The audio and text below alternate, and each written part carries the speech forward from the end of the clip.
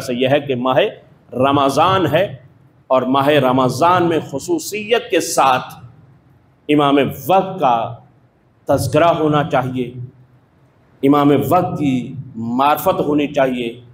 بہت ایک الگ سے پورا ایک مستقل موضوع ہے کہ ماہ رمضان اور امام صاحب الزمان آپس میں ان کا رابطہ کیا ہے۔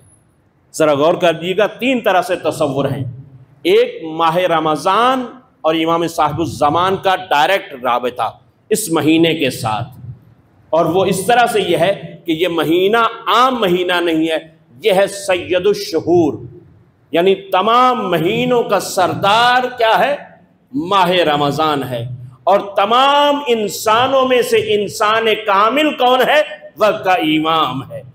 لہذا یہ ہے کہ بہت ہی دونوں کا گہرا تعلق ہے، ایک انسان کامل ہے اور ایک سید الشہور مہینہ ہے۔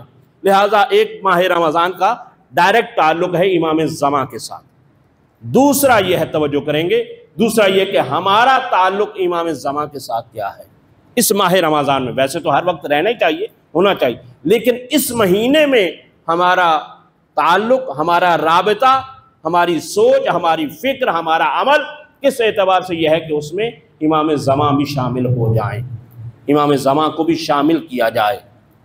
آیت اللہ وحید خراسانی فرماتے ہیں، درس خارج میں انہوں نے بیان کیا کہ آپ حد اقل، توجہ کریں گے، حد اقل کوشش یہ کریں کہ ہر روز 50 آیات، زیادہ پڑھ لیں تو بہت اچھی بات ہے، نہیں تو حد اقل 50 آیات پڑھ کر اپنے وقت کے امام کو ہدیہ کیا کریں۔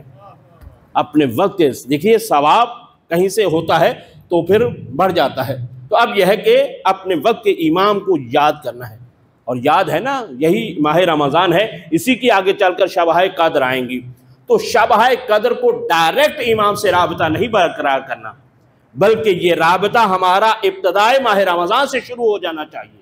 اور ابتدائے ماہ رمضان سے بھی پہلے اصل میں یہ تھا کہ میں نے ایک جملہ کہا تھا الگ مقام پر کہ رجب اور شعبان اور رمضان یہ بہت ہی اہم ترین مہینے ہیں۔ جس کا رجب اچھا ہوگا اس کا شعبان اچھا ہوگا، جس کا شعبان اچھا ہوگا ماہ رمضان اچھا ہوگا، اور جس کا ماہ رمضان ابتدائی اچھا ہوگا اسی کی تو شبہ قدر اچھی ہوگی۔ شبہ قدر میں امام کو یاد کرنا ہے تو ابھی سے امام سے رابطہ برقرار کیجئے، حضور قلبی احساس کیجئے کہ میری آنکھ دنیا کی ہر شے کو دیکھ رہی ہے، اے یوسف زہرا تجھے کیوں نہیں دیکھ رہی۔